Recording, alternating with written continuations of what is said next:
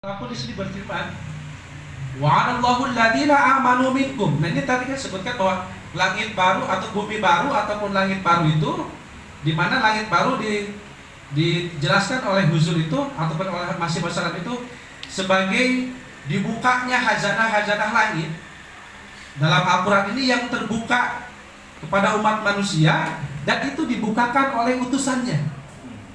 La yamassuhu illal mutahharun, kan?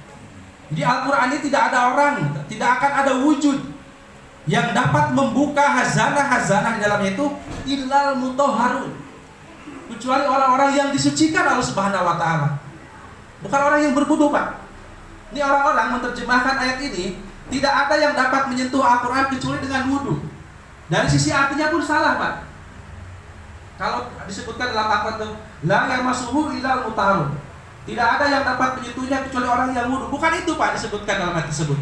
La yamassuhu illal mutahharun. Ini mazhul, Pak. Ini artinya disucikan, Pak. Harus ada sosok yang mensucikan. Dan itu memang utusan Allah Subhanahu wa taala, Pak.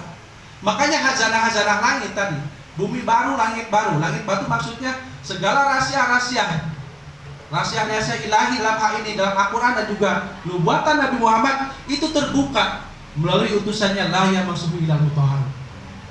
Dan ayat yang dibacakan tadi di awal surah Jumat, dan yang kedua wa'adallahu alladziina aamanu minkum, ini juga sama, Pak.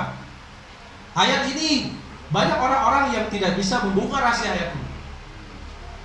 Wa'adallahu alladziina aamanu minkum, Allah Subhanahu wa taala berjanji, Pak. Padahal sudah jelas kata-katanya pun berjanji. Minkum wa amilus shalihat. Jadi Allah Ta'ala berjanji kepada orang-orang yang beriman di antara kalian, wa amilus shalihat, dan juga yang beramal soleh, la yastakhlifannahum fil ardh. Pasti Allah Subhanahu wa taala akan menegakkan di muka bumi ini sistem khilafah ataupun akan mengutus khalifah di muka bumi ini. Kama stakhlafal ladzina min qablihim.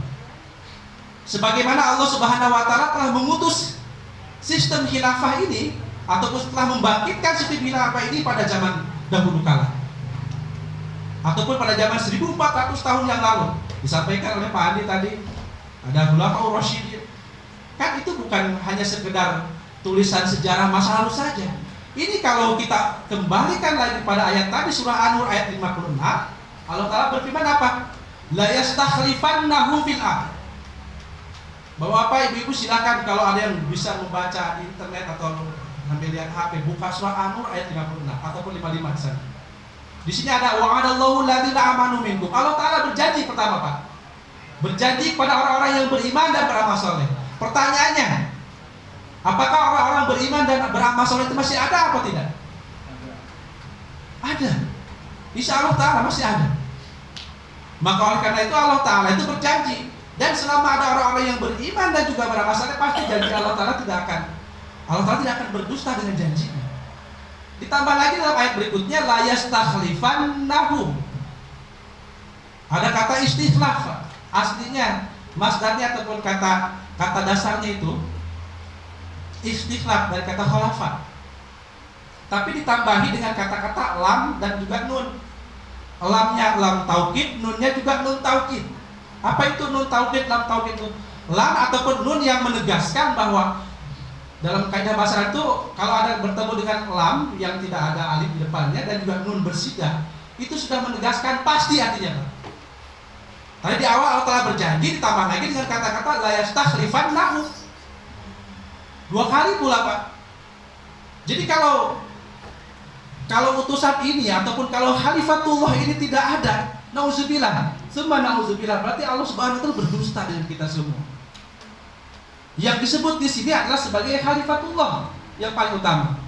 Kali sebutkan ketika berbicara khalifatullah itu dalam salah satu hadis Nabi Muhammad SAW pun beliau bersabda, ini ada kaitannya nanti dengan Imam Mahdi, kaitannya dengan masalah bai'ah.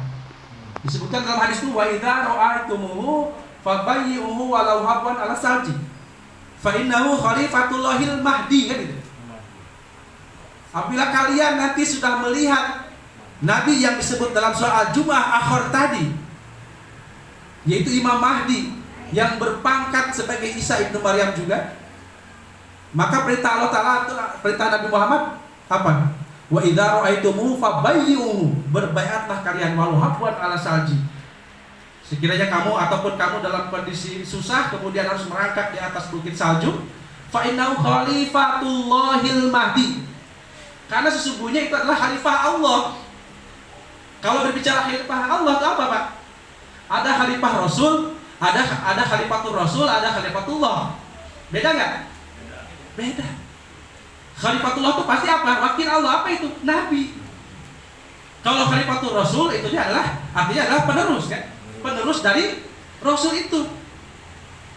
Jadi dengan jelas di sini pun Allah Ta'ala, Rasulullah menyampaikan bahwa Khalifatullahil Mahdi. Artinya utusan Allah ini yang tidak terbuka, dan ini yang disebutkan oleh Hadrat Mas Salam sebagai langit baru, akan menciptakan langit baru dan bumi baru. Ya memang semuanya serba baru, tapi sebetulnya ini tidak baru. 1400 tahun yang lalu sudah ada, tapi seiring dengan waktu, dan ini sesuai dengan nubuatan Allah Subhanahu Wa Taala juga melalui hadis qudsinya Nabi Muhammad SAW ada bersabda, ya. Jadi sebelum terjadi tadi kemunculan ataupun adanya zaman ketika Allah Ta'ala seolah sudah tidak ada, tapi sebelumnya Nabi Muhammad pernah bersabda seperti ini, khairun nasi, sebaik-baiknya manusia, khairul quruni qarni, sebaik-baiknya manusia itu adalah di masa aku. Artinya Nabi Muhammad. Tsummal ladzina yalunahu. Kemudian setelah itu, artinya setelah wafat Nabi Muhammad ada para khulafaur rasyidin. Tsummal ladzina yalunahu. Tsummal ladzina yalunahu. Rupanya beberapa ulama menafsirkan kata-kata tsummal ladzina yalunahum itu ratusan tahun. 100. Dan rupanya memang betul, Pak. Masa cemerlangnya umat Islam ini rupanya hanya 3 abad saja, Pak. Abad zaman Nabi Muhammad, abad zaman Khulafaur Rasyidin, dan beberapa abad pada zaman dinasti Umayyah dan juga Abbasiyah. Kemudian dalam surah As-Sajdah ayat 5 Allah Ta'ala berfirman, akan ada masa di mana tadi 300 tahun lewat, maka akan ada masa muncul 1000 tahun. Di sini Allah Ta'ala berfirman, yudabbirul amr minas sama'i ilal ardi thumma ya'ruju ilaihi fi yaumi kana miqdaruhu alfasana. Jadi akan ada satu masa di mana disebutkan dia Allah Ta'ala mengatur urusan dari langit ke bumi, kemudian urusan itu dikembalikan kepada Allah Ta'ala dalam satu hari menurut kadar Allah Ta'ala itu kana miqdaruhu alfasana. Itu 1000 tahun. Dan 1000 tahun itulah Allah Ta'ala mengambil perkara itu. Artinya dalam hal ini disebut sebagai yudabbir, itu adalah kondisi umat Islam seolah-olah Allah Ta'ala biarkan. Kenapa Allah Ta'ala biarkan? Ya kembali lagi itu ada gairah Allah Ta'ala, ya, cemburunya Allah Ta'ala. Ketika utusan-utusan Allah Subhanahu Wa Ta'ala Allah Ta'ala kirimkan, ya dalam hal ini Rasulullah kemudian para khulafaur rasyidin itu adalah wujud-wujud sebagai wakil-wakil Allah Subhanahu Wa Ta'ala. Namun umat manusia kala itu tidak bersyukur. Dan ini juga yang dinubuatkan dalam surah Al-Fatihah, Bapak Ibu. Kita kan diminta berdoa, ihdinas siratal mustaqim, katanya. Tunjukilah kami ke jalan yang lurus. Siratal ladzina an'amta alaihim, yaitu jalan orang-orang yang telah Allah Ta'ala beri nikmat. Nikmat apa? Nikmat makan, minum, senang-senang. Tidak demikian, kecil, Pak. Kalau kita hanya minta dikasih nikmat, banyak uang misalkan, banyak makanan enak seperti itu, kecil, Pak.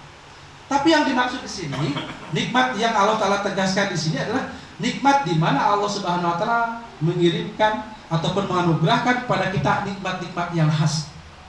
Surah An-Nisa ayat 69 ataupun ayat 70. Apa itu yang disebut dengan nikmat di sini? Ihdinas siratal mustaqim, 17 kali ya kita baca, ya.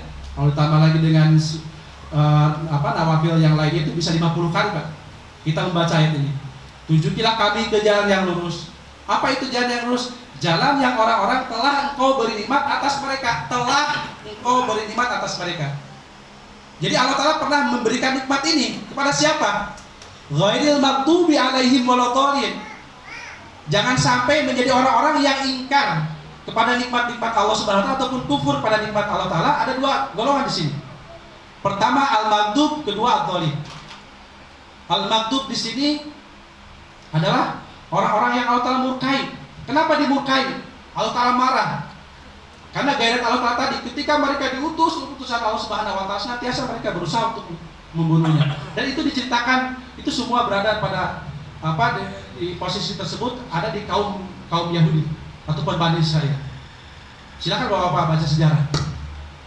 Ketika kaum Yahudi Allah Ta'ala berikan para nabi, dan bahkan nabi yang paling utama pun Allah Ta'ala utus pada mereka, seperti Hadrat Musa alaihissalam, sama dikhianati juga.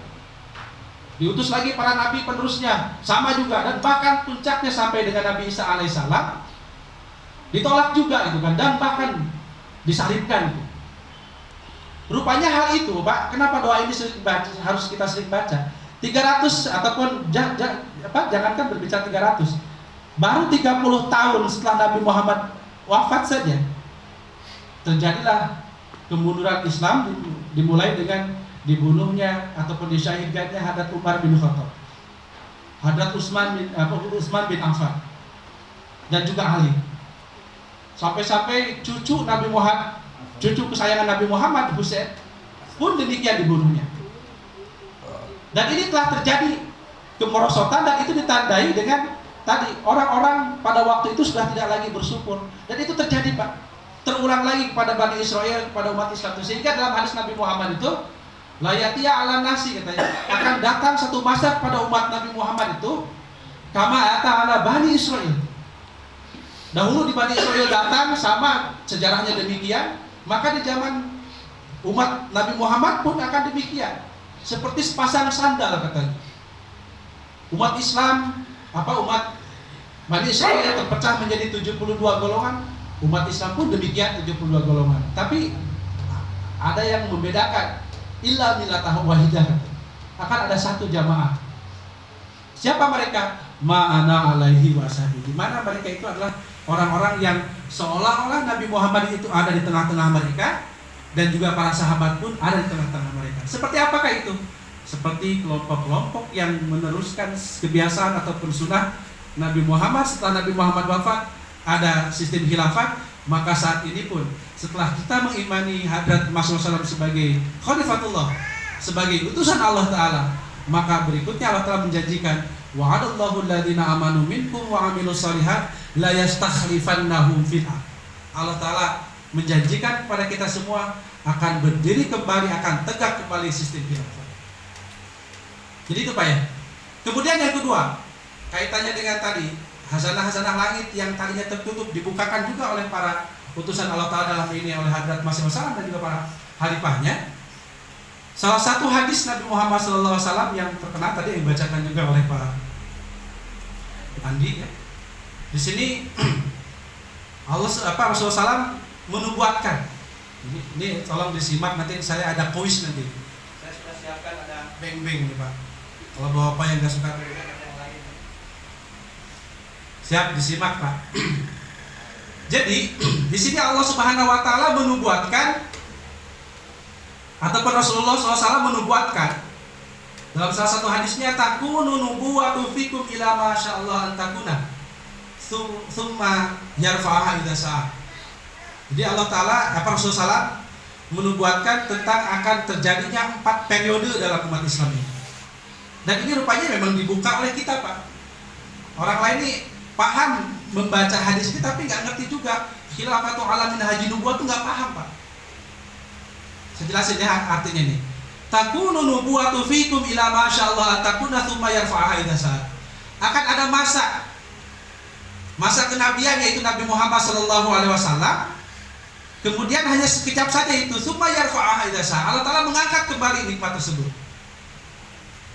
Kemudian setelah itu tsumma takunu khilafatu ala minhaji nubuwah. Allah Ta'ala menubuatkan